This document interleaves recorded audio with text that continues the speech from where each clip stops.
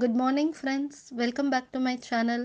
இன்றைக்கி நம்ம சேனலில் பார்த்தீங்கன்னா ரொம்ப டெலிஷியஸான ஒரு ஈவினிங் ஸ்நாக் தான் பார்க்க போகிறோம். Vegetable spring roll. ஸோ இதுக்கு வந்து பார்த்திங்கன்னா நான் 2 கப்ஸ் மைதா மாவு எடுத்திருக்கேன். ஸோ அதோட ஒரு அரை ஸ்பூன் உப்பு ஆட் பண்ணிக்கலாம்.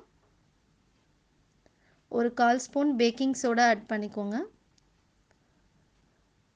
ஸோ இது எல்லாத்தையும் சேர்த்து நம்ம நல்லா மிக்ஸ் பண்ணி விட்டுறலாம். கட்டி இல்லாத மாதிரி கிளறிக்கோங்க மாவை. ஸோ இப்போ இதில் நம்ம ஒரு 250 ml வாட்டர் ஆட் பண்ணி லிக்விட் கன்சிஸ்டன்சியாக கிளறிக்கலாம். பாருங்கள், நான் வாட்டர் கொஞ்சம் கொஞ்சமாக ஆட் பண்ணி கிளறேன். ஸோ அப்போ தான் நம்மளுக்கு வந்து பார்த்திங்கன்னா நல்ல லிக்விடாக இருக்கும். ஸோ இந்த மாதிரி கிளறிக்கோங்க.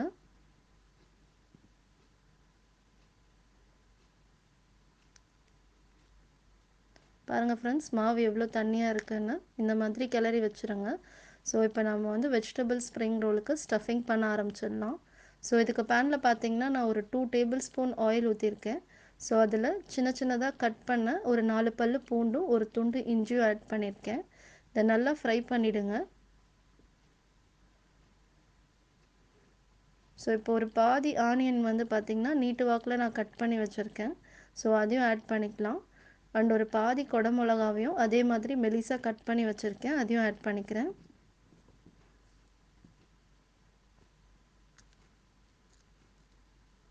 ஸோ இது கூட பார்த்திங்கன்னா நம்ம கேரட்டும் கோஸையும் வந்து இதே மாதிரி மெலிசாக கட் பண்ணி வச்சுருக்கோம், ஆட் பண்ணிக்கலாம்.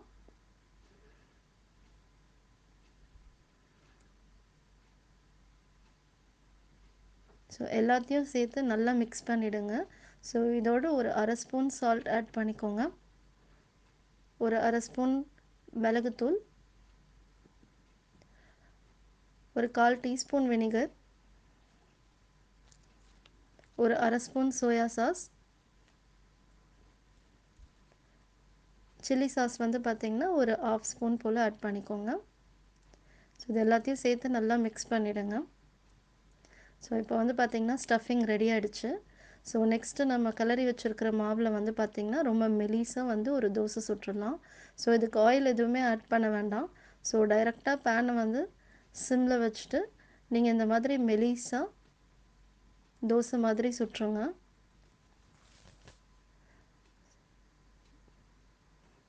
பாருங்கள், ஒட்டாமல் எப்படி வந்திருக்குன்னு. ஸோ இதே மாதிரி நம்ம மாவில் தோசை சுட்டு வச்சுக்கலாம்.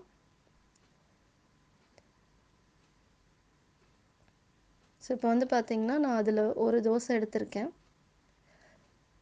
ஸோ இது வந்து மெலிசாக வந்து நம்மளுக்கு ஷீட் மாதிரி இருக்கும். ஜென்ரலாக சமோசா பண்ணுற ஷீட்ஸு, ஸ்ப்ரிங் ரோல் பண்ணுற ஷீட்ஸ் இருக்கும் இல்லைங்களா, அதே மாதிரி மெலிசாக இருக்கும். ஸோ இதில் ஸ்டஃபிங் வச்சாச்சு. ஒரு 1.5 ஸ்பூன் போல் ஸ்டஃபிங் வச்சுக்கோங்க. ஸோ இதை இப்படி நல்லா மடிச்சுட்டு மைதாவை வந்து பார்த்திங்கன்னா கொஞ்சம் பேஸ்ட் மாதிரி நம்ம அதே நீங்கள் வச்சுருந்த மாவுலேயே வந்து பார்த்திங்கன்னா கொஞ்சோண்டு எடுத்து ஆட் பண்ணிக்கோங்க. ஸோ அந்த மைதா பேஸ்ட்டு இதில் நல்லா கலந்து விட்டுருங்க. நல்லா தடவிடுங்க எல்லா இடத்துலையும் படுற மாதிரி.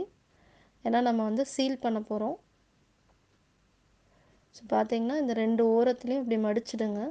ஸோ தட் ஸ்டஃபிங் வெளியே வராமல் இருக்கும். ஸோ ஒரு 2 டைம்ஸ் வந்து அந்த பேஸ்ட்டில் வந்து நல்லா படுற மாதிரி மடிச்சிடுங்க. ஸோ நம்மளுக்கு வந்து பார்த்திங்கன்னா இந்த ஸ்ப்ரிங் ரோல் ரெடி ஆகிடுச்சு. இப்போ நம்ம எண்ணெயில் போட்டு பொரிக்க வேண்டியது தான். நான் இன்னொன்று பண்ணி காட்டுறேன் உங்களுக்கு. ஸோ அதே மாதிரி ஒரு 1.5 ஸ்பூன் ஸ்டஃபிங் எடுத்துக்கோங்க, வெஜிடபிள் எடுத்துக்கோங்க. ஸோ ஒரு வாட்டி மடிச்சுட்டு நம்ம கலந்து வச்சுருக்க மைதா பேஸ்ட்டை நல்லா ஓரத்தில் தடவிக்கலாம். ஸோ நல்லா எல்லா இடத்துலையும் படுற மாதிரி தடவுங்க. ஸோ 2 பக்கம் மடிச்சுட்டு அகெயின் வந்து பார்த்திங்கன்னா சுற்றிடலாம். ஸோ அவ்வளோதான், நம்ம எல்லாமே ரெடி பண்ணியாச்சு. இப்போ ஆயிலில் நம்ம ஃப்ரை பண்ணி எடுத்துடலாம். இது டீப் ஃப்ரை தான் பண்ண போகிறோம். ஸோ ஆயில் நல்லா ஹாட்டாக இருக்கணும். ஸோ இப்போ வந்து பார்த்திங்கன்னா நான் ஒரு 2 பேட்சாக வந்து இதை ஃப்ரை பண்ண போகிறேன். ஸோ 2 போட்டு ஃப்ரை பண்ணுங்கள். ஸோ நல்லா கோல்டன் ப்ரௌன் ஆகிற வரைக்கும் ஃப்ரை பண்ணணும். ஸோ நீங்கள் ஆயில் வந்து பார்த்திங்கன்னா நல்லா ஹீட்டாக இருக்கணும்.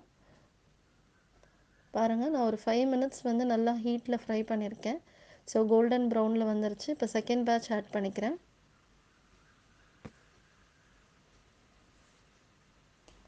பாருங்கள், நம்மளுக்கு நல்ல கோல்டன் ப்ரௌனாக ஃப்ரை ஆகிடுச்சு. இந்த ஸ்டேஜில் எடுத்துடலாம்.